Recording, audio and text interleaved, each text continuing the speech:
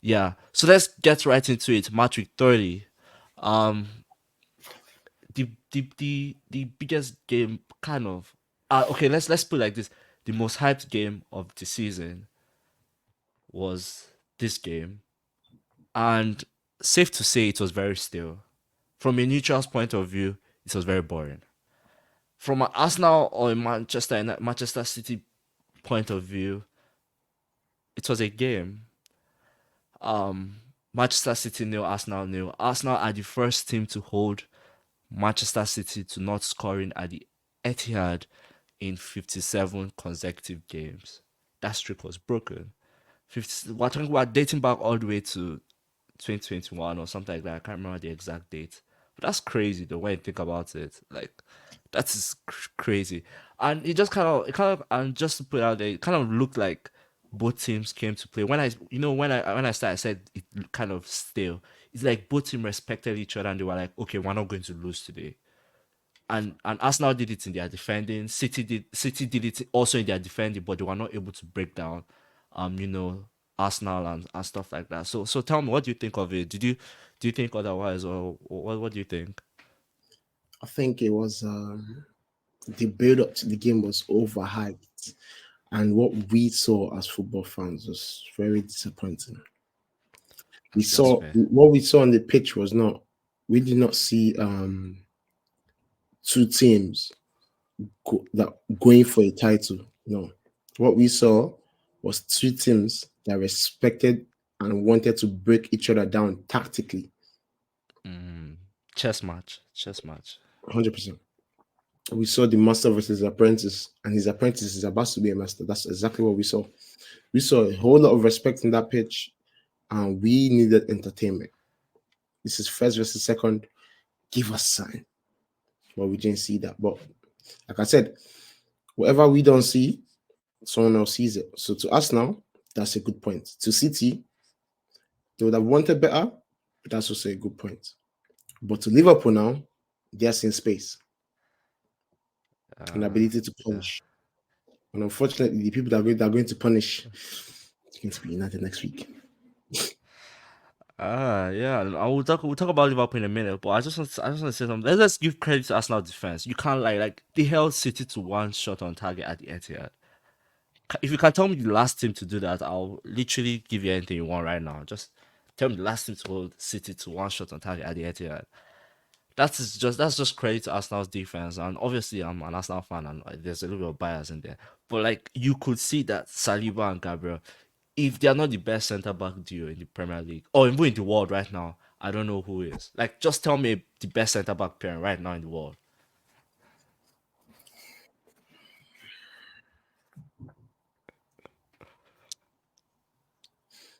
Should I be honest? Yeah. Give me a second. Oh, he's Leipzig. he's he's he's Leip- researching. Leipzig. Leipzig. I can't even start with this. I can't. I'll just take that one. I'm never going to argue with you. Take that because I can't remember. I'm pretty sure Leipzig has considered more than 25 goals this season. I'm pretty sure. I'm 100% sure. How many Um, clean? How many? Let's talk about stats. What's the most clean sheet? in the Premier League, Yeah. Arsenal. By how many? Big probably by two or three. Onana is up there. And look how What does United. Onana? What does Onana have to do with this? I'm What does just saying Onana have to do with this? because like at the end of the day, it's not always about the keeper. It's always about the defending. I'm not talking about the keeper though. I'm talking about like the defense. They So, are the best part. so, so Gabriel and Saliba, they've been they've been world class this season. But the only way I'll hear best is when they enter semi-finals of the Champions League. Other than that, Okay. Okay. And good segue into what next I'll talk about. With this result, obviously Liverpool are the ones that benefited, and it looks like this race is literally going to be a three-team race. And City obviously have been there and they have done it, right? They have won it. And then they face Madrid in Champions League. and they could potentially face Arsenal or Bayern, whoever they want, like whoever it is that's who they are facing in the semi-final of Champions League. And then Liverpool, Europa League, clubs last season, things like that. And then Arsenal, 20 years 20th anniversary of winning the league. Like we're talking about back to '04, and then never won a Champions League. These three teams, do you think any of them should prioritize one over the other?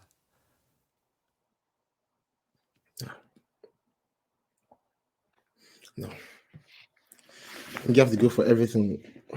Die hard. That's all I can say. I don't think there should be no prioritism because what's the point if you prioritize this and you win and you end up not winning any? It's better you go for everything with full force, and then your fans, oh, they say, okay, we did try, and then let's say you don't even win. It's better to try than to prioritize. So I think, and there's no manager that wants to win this more than this. You, if once you're in that position, you want to go for all. You want that treble. You want that history. You want that remembrance of you as a manager. Oh, he did this treble this year. That's what they want. So there's no, because I'm saying it gets to a point, right? If I'm Liverpool, right, I'm saying okay, I've already won this, like I've already won the Europa League, and then I'm like, this club's last season. Let me prioritize Prem. If I'm City, I've been there, I've done that. Obviously, I want to win fourth, but if I'm not in the position to like win it, like because that's my next question, right? If I'm not in position to win it, do I then move on, stay focused on the Champions League? And if I'm Arsenal, I can't necessarily kind of prioritize one over the other. You get what I mean? So like when we get to that point, what do you think? Should they just keep focusing heads on all whatever they're in? That's the only way to move forward as a football club. That's the only way to, whatever they're in, whatever the competition is, you play your strong lineup, you get the win. But as for us now, I will feel like they should just stop trying, because they're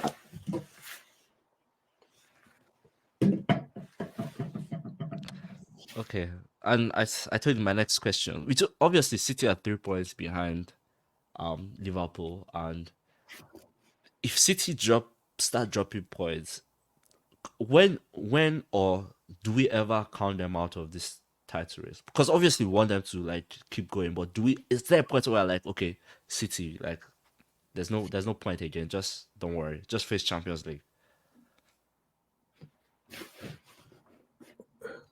yes. I feel if they lose, or actually if they drop 3 more points, if they lose any game now, I think they're out of it. So just one more loss. Just one more loss. Even in one more draw, they'll be out of it. Because the way I've seen Arsenal's fixtures, Liverpool, I can't even say Liverpool's fixtures are hard because right now Man U is like a championship team. But yeah, so Liverpool, I feel they're going to go everything full force. Arsenal, same thing. We saw their run before City. We saw all W's. Same with Liverpool. What you come back for them though, and yeah, that's what I feel. Yeah. Okay. I completely understand. Definitely. And that this is a good segue to go into the next game. Liverpool 2, Brighton 1.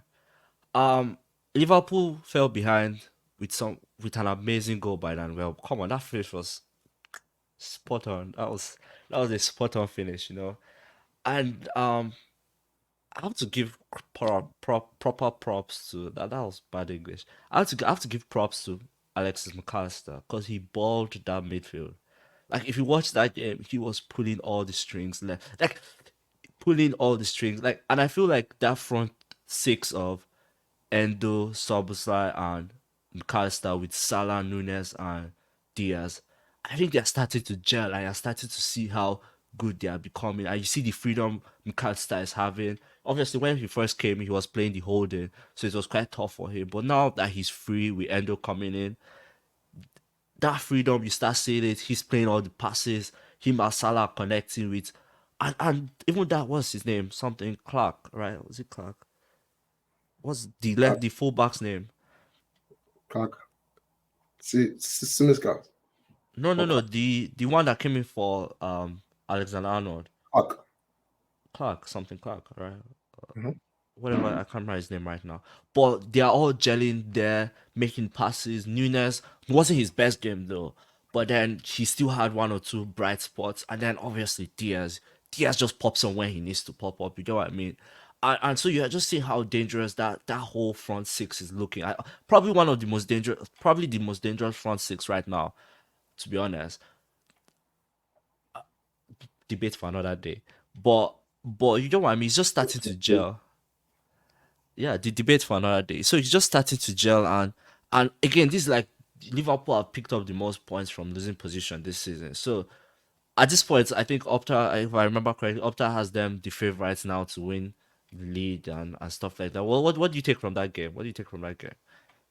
I took Liverpool. Yeah, you went from that game against Brighton. I'll say what a comeback for you. But if they go down against a team like Arsenal or a team like Man City,